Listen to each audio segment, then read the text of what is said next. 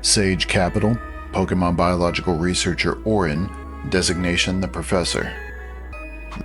This is Expedition Kaleidoscope debrief number 0376. I haven't gotten used to sleeping on solid ground. I'd only just opened my eyes and I could hear the crew diligently working on repairs from the incident a week prior. I sat up in my bed and glanced over at the growing pile of notes and books cluttering my desk. Folduppy was floating gently at the top, and I jokingly asked, "Is this your way of telling me I need to organize?" It quickly folded in on itself 4 times, then its eyes gave a quick little glow, wearing the same smiling face as the night it descended from the sky. I wish I could understand what it was trying to say, but that was a mystery for another time. Today was the day that we venture into the jungle, and my mind was salivating at the thought of what we might discover in there. I gathered the gear that I excitedly packed the night before and went to meet the recon crew that was patiently waiting for me. The jungle was a lot denser than I had anticipated, blurring at the edges of my vision. I couldn't help but keep my body halfway out the window of the ATV. I wasn't going to miss a single detail on this mission. Jungle plants and vines slapped at my face as we tore through the vegetation at breakneck speeds, the vehicle jerking hard every time we bounced over a root.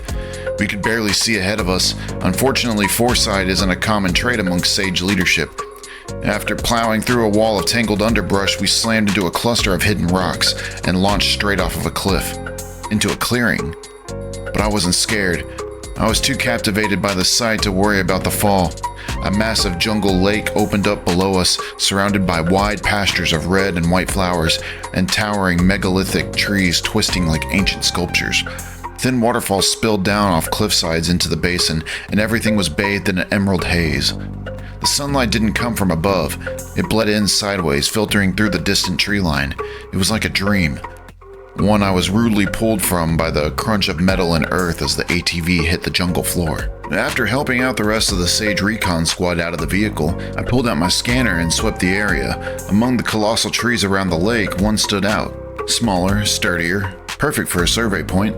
We set up a ramshackle camp beneath it. Equipment laid out, comms tested. Once things were stable, I figured it was time to let the Pokemon stretch their legs. I called Tidbit, Shrubbletough, and Barbabiecue out of their Pokeballs, 3 of my most reliable partners around the base. It felt right to bring them along for this. Barbabiecue gave me a confident nod, and then bolted into the underbrush. Tidbit's eyes sparkled at the sight of the lake. I tossed a pouch of its favorite Magikarp bait toward the shore. Tidbit leapt, caught it in midair, and then splashed down with a triumphant crash. Shrubbletough vanished briefly, and then I felt a gentle tug at my pant leg. She stood still, staring into the emerald tangle, one eye wide, leaves on her body trembling. She was afraid. I knelt beside her and gave her a quiet pat and told her that I'd be right here, watching. She smiled, then raised her arms in a mock menacing stance and jaunted off toward the flower fields. After finishing setting up the camp, I got my scanner out and started looking for something specific. And when I saw it, my heart stopped. Just beyond the lake, a massive waterfall poured into the basin. And at the top, through the mist, there it was. A sign that I wasn't crazy. The strange feelings of being watched. The fact that Barbabiecue knew how to build a sandcastle. Evidence of human life outside of Sage. A building. A Pokemon Center. It was smaller, about the size of one you'd find in rural Kanto. Overgrown, overtaken by vines and branches. Reclaimed by the jungle, and still standing. I nearly forgot to breathe. I needed to gather my Pokemon and get there, now. The rest of the squad looked at me like I was wearing the face of a grinning Gengar. I was. Shrubbletough would be the easiest to find if she stayed close. I made my way toward the flower fields behind the camp. I turned and there she was. Shrubbletough playing with a group of wild Cherubi and Budew. For the first time I saw her relaxed, open, free from the fear that clung to her like a second skin. She looked back when I called out, grinning from leaf to leaf, thrilled to show me her new friends. And then it happened. A bright flash. She began to evolve. I dropped my pack and started taking notes immediately, but something shifted the moment the glow faded. She wasn't hidden in the brush anymore. She stood tall now, elegant, strange, unmistakably changed. She turned to face me, and while I was struck silent by her beauty, the young Pokemon she'd just been playing with recoiled in alarm. Her new form was graceful but abstract, Where her closed eye once sat was now a hollow socket cracked open, revealing 3 soft glowing orbs within. Her left arm had become overgrown, twisted, and gnarled like the jungle itself. I was mesmerized. The others were afraid. The parents emerged quickly, scooping up their frightened young and scolding this new wondrous form. She tried to hide again, instinctively raising her leafy fronds. But she was too big now, too changed. And when I saw the tear roll from her single wide eye, I stepped forward. She flinched, barely peeking out from behind her tangled, thorned hair. I knelt beside her and told her not to hide from me, to look me in the eyes directly. She hesitated, and then looked up, worried. I gave her the biggest smile I could manage. "I'm so proud of you," I said. "Something important is about to happen, and I need your help." She smiled back. The 3 tiny lights now danced in the space where her eye used to be. I reached out and took her gnarled hand, and together we went to find the others. Twistrel, the Withering Star Pokemon. An ancient and long dormant power is now awakened within Twistrel. This change has had a distorting effect on the Pokemon's body, but in return has granted it the strange and wondrous abilities of illusion and glamour.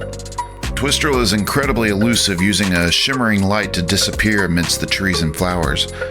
This Pokemon seems to be entirely aware of how others perceive it, choosing to hide away its cosmetic imperfections in order not to scare away potential friends. Withered thorns now grow where flowers once bloomed. Where once was an ever-closed eye is now a hollow void which dances with a soft glittering light, and a gnarled clubbed hand strong enough to crush bone.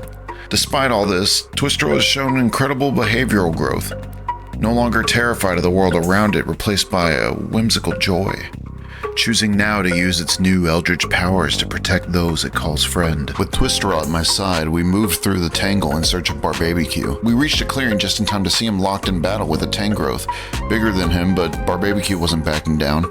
Flames danced across his arms as he ducked low and struck with sharp, looping jabs. Tangrowth countered with sweeping lashes, slamming vines into the ground hard enough to shake the soil. Neither one gave ground, but it was clear Tangrowth had the weight advantage. He was holding his own until a misstep gave Tangrowth the opening. Vines shot out, coiling tight around him. I saw a fire in his eyes flare. Then he disappeared beneath the tangle of limbs. I stepped forward ready to intervene, but Twistrel's gnarled hand caught mine. She smiled. A moment later, Tangrowth's vines lit up from within, screaming, laughter, firelight bleeding through the gaps. I'd been worried for nothing. Flames erupted along Tangrowth's arms as it bellowed in pain, hurling what was once BarbabiQ to the ground. At first I couldn't make sense of what I was seeing. He was rolling in the dirt, laughing, spitting fire, a chaos of limbs and smoke. His form warped in the heat. Then he rose, hunched low on all fours. I could see the muscle and bone beneath his fur twisting, breaking, reforming. For a moment I thought his evolution might have been interrupted, causing structural damage, but that moment passed. In an instant, his internal structure locked in and eyes trained on Tangrowth. Flames danced behind a jagged grin. He lunged, feral, glowing slag spilling from his open jaws. He latched onto Tangrowth and bit down hard. Then, while still attached, released a plume of fire and smoke, engulfing both of them in a blinding blast. Through the smoke I caught a glimpse of his face, still burning, laughing. He emerged from the inferno, still smoldering, grinning from ear to ear. Before I could react, he charged straight at me, still on all fours.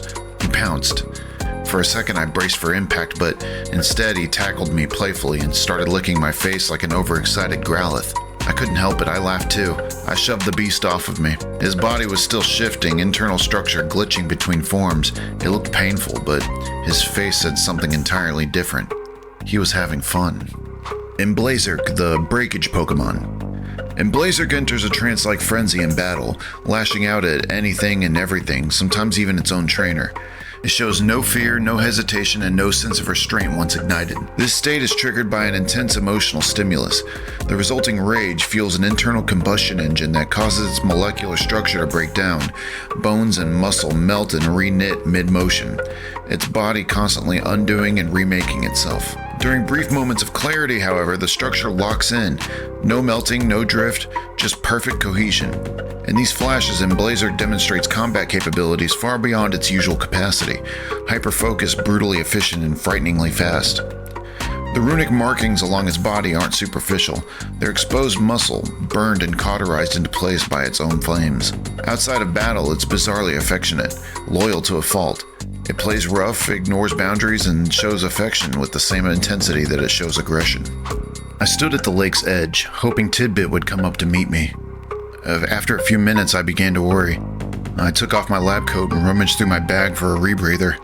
Once equipped, I hesitated. There was no telling what was in this lake. I just hoped I'd find Tidbit totally fine. I jumped in. The water was dark and eerie, emerald light piercing into the depths, just barely. It got darker fast. The plant life was thick and wild, just like the surface, making it hard to see and harder to move. Then I noticed debris, floating scraps at first, then more. Bits of carcasses, a lot of them. Panic hit me. I pushed through the jungle of seaweed, heart pounding. Had something gotten to him? And then I saw him, Tidbit, floating belly up, eyes closed. My heart sank. I nearly dropped the rebreather. I rushed forward, but as I got close, his eyes opened. He blinked, rolled upright, and looked at me. His stomach was round, engorged. He was okay. I held him close. He gave me a satisfied grin. Then he let out a big wet belch, bits of bone and flesh hitting my visor on the way out, and then he started to glow. Freed from the ocean's pressure and pull, and with no predators to challenge him, Tidbit wasted no time becoming something new. What had once been a scavenger was now a focused, efficient hunter. As Tidbit, he was always chewing on mouthfuls of scraps while searching for more. It made sense now. After so long consuming decay, he was slowly building up a ghostly energy. I followed as he combed the lake bed, slipping through the dark undergrowth, his mustache glowing gently, acting like a lure. He hovered near caves, patient and still. A large sea king wandered over a bit too close. He released a cloud of ghostly fog, paralytic and cold. The sea king froze mid-swim. Tidbit moved in, latching on with its two large hooked claws, draining its life force slowly. It was mesmerizing and dangerous. Left alone, he'd clear this lake within hours. I called him back before he could find his next target, and then I returned to the surface, still processing what he'd become. Krillowisp, the Dreadhook Pokemon. Krillowisp no longer scavenges for food. It now hunts with focus and joy. This Pokemon is constantly feeding on the ghostly decay that forms its mustache. The bigger the cloud, the stronger it becomes. When hunting, it releases a paralytic cloud of decay before going in for the kill. Its large hooked claws allow it to latch onto prey and drain them over time, wearing a satisfied grin as its victims drift away. Krillowisp is not intentionally cruel, it's just hungry and instinctual. This Pokemon can be incredibly dangerous because it enjoys what it does. To Krillowisp, death isn't the end, it's a flavor. I stood in front of the overgrown Pokemon Center, the sun slicing through the emerald haze and casting everything in a harsh, unnatural light. The vines clinging to the roof swayed gently, and shards of glass in the windows still caught the sun like tiny broken mirrors. I told the security grunts to hold position outside. Whatever I find in there would be for mine and the director's eyes only. Inside, the air was still. My eyes took a moment to adjust in the gloom. Despite the building's long decay, everything was remarkably preserved. The glossy floor tiles, a retro black, pink, and brown, still reflected the light, dulled only by a blanket of dust. Rows of dormant terminals and long-forgotten benches stretched across the room. It looked like a rapture. Abandoned trainer bags lay scattered as if dropped mid-step. Pokeballs rolled across the floor, some cracked, some whole, hopefully empty. The silence was heavy. Nothing alive remained here but the memory of life. Its echo was suffocating. I moved to the main desk, the one where a Nurse Joy would have stood, day after day healing tired Pokemon and shouting gently at reckless kids not to run. The clipboards were still there, untouched. I picked one up. A medical form, handwritten, sloppy, hopeful. A young trainer had brought in his Pikachu after a tough battle. The notes said that it made a full recovery. And then I saw the date. It didn't make sense. Months ago? That couldn't be right. This place had been abandoned for at least a couple hundred years. The layers of dust, the creeping rot, the silence. All of it told the same story. time didn't match. Something was wrong. At the bottom of the page, in bold type font, wrote, "For the express and confidential use of the Pokemon and Trainer Hospitality Center of Southern Pangaia." Pangaia. The name struck something deep in me, a pang of nostalgia tapping at the back of my mind. This hollow building had a home. This anomalous island had a name. Suddenly, a loud crack.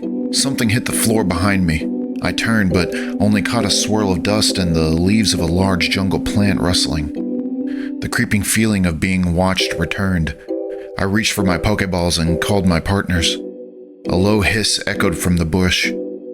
Red flashes of light danced across the tiled walls. Then I saw a familiar sight. 2 long yellow ears rising from the foliage. I was comforted for a moment until it stepped out. Its fur was black as shadow, its body sleek and wiry. Red lightning sparked from its cheeks, arcing across the room, casting sharp reflections and bringing life to the quiet terminals. But its eyes weren't the playful eyes of any Pikachu I've ever seen. These were cold, calculating, cruel, and they were locked on me with a cutting malice. There would be no avoiding this fight. Pikachu made the first move, red lightning crackling as it shot across the floor, and Blazerk stepped forward, flames igniting along its body, and swung a heavy punch. Pikachu ducked under, tail spinning open into a spiked wheel, and slammed it into Blazerk's chest. A red shockwave exploded from the impact, and Blazerk staggered, claws digging into the tile to stay upright. Pikachu didn't let up, its claws slashed upward, sparks flying, and Blazerk grabbed its tail with its sharp teeth and threw Pikachu hard into a bench, shattering it. Pikachu flipped midair and landed in a low crouch. Before Blazerk could charge again, the spines on Pikachu's tail launched forward and stuck into the ground. Red lightning arced between them, and Blazerk stepped forward and was stunned mid-motion. Twistrel shimmered into view, casting a glamour to break Pikachu's focus. Bright fairy light flashed around it. Pikachu hissed, blinded, swiping at the air. She vanished again, weaving between them, casting charms to distract and disorient. Krillowisp surged in from the side, ghostly mustache stretching forward, surrounding Pikachu in a cloud of mist. His claws reached through the haze, grabbing hold and pulling Pikachu in. For a moment, he had it pinned. Then Pikachu let out a sharp screech. Red lightning blasted from its body in every direction, breaking the mist. The claws loosened and Pikachu twisted out. It landed between the 3 of them, and Blazerk charging again, Krillowisp moving in from the side and Twistro flanking invisibly. Pikachu moved with unreal speed. It dodged in Blazerk's punch, jumped over Krillowisp's slash, and spun in midair. Its tail unfurled and launched the remaining spines. They embedded into the floor in a wide circle, then released a chain burst of lightning that caught all 3 of my partners at once. And Blazerk dropped to one knee, smoke rising from its chest. Twistro shimmered in and out of visibility before collapsing, drained by the surge. Krillowisp lunged one last time, claws glowing, but Pikachu met it with a direct hit to the head, red lightning concentrated in one fist. Krillowisp hit the ground hard. All 3 were down. Pikachu stood alone in the middle of the room, panting, tail slowly curling back into its spiked wheel form. It looked up at me, eyes sharp, unblinking, and full of quiet rage. It flashed in a red burst and disappeared. I suppose I can use Pangaian to refer to the anomalous species of the island. Pangaian Pikachu, the unchosen Pokemon. This is not the Pikachu we know. Where others are playful, social, and drawn to humans, this one is silent and solitary. It avoids all contact, not out of fear, but by instinct. It no longer seeks companionship. It doesn't remember what that is. Even among its own kind, there is no bond. These Pikachu live alone, eliminating others on sight to reduce competition. They only seek each other out during mating periods, brief, violent encounters that rarely end without bloodshed. Abandoned long ago, it has adapted to survive without us. It didn't evolve with humans. It evolved after them. It's clear to me that this species of Pikachu has forgotten the words, "I choose you." I was speechless. I recalled my Pokemon and rushed over to the Nurse Joy's station, placing the Pokeballs in the empty slots that once healed thousands of unknown Pokemon, praying there was enough juice to heal my partners. The nostalgic chime echoed throughout the open hall. They were safe. The screens returned to their dark, empty state, completely drained of power. I took a deep breath, drained from all the day's excitement. I collapsed in Nurse Joy's chair.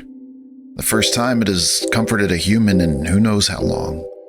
My mind was racing. There are, or were, people here. What happened to them? What was this island? The region? Were my theories about a supercontinent correct? Why are we here to begin with? What is the connection? I let out a quiet frustration. I buried my face in a pile of scattered papers on the desk. To my surprise, Folduppy floated down from out of sight. Did you let yourself out of your own Pokeball? It folded in quiet response. I watched it float down to the keyboard on the desk, hitting a key that held a strange resemblance to its own face. Immediately, I heard a screen behind me turn on, glitching uncontrollably, and a strange, calming voice began to echo through the Pokemon Center's intercoms. Words breaking apart in an unintelligible speech pattern, but if I concentrated, I could make some words out. I have no time. Take proxy. Not much time. Zygarde. Inert cores. Sundered. Hurry. It was as if something was reaching out from beyond time and technology to deliver a message. I barely had time to understand what I had just witnessed when Folduppy exploded in a blinding light.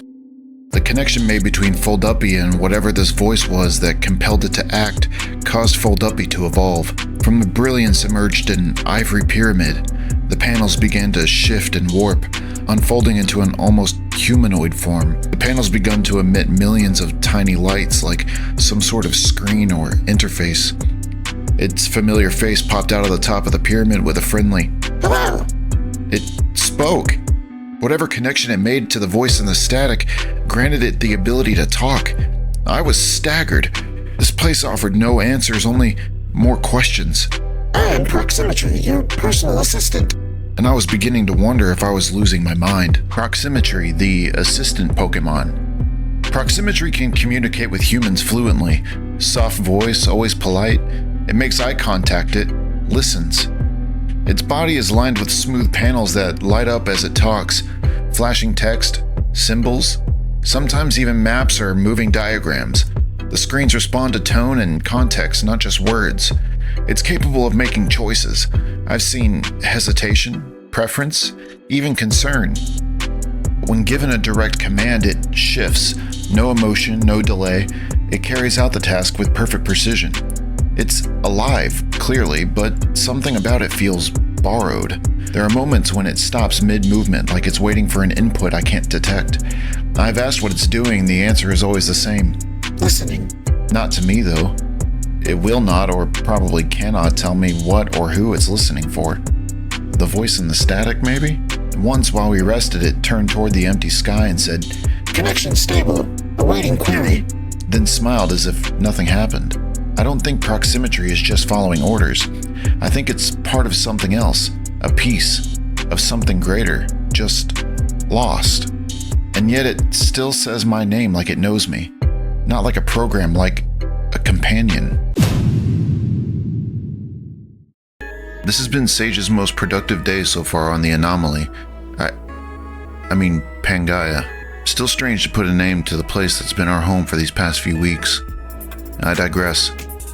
We've seen extraordinary changes in the behavioral growth and combat capabilities of this region's potential starter Pokemon. We've uncovered not only concrete evidence of past human life, but also strange coincidences pointing to a possible time or dimensional distortion.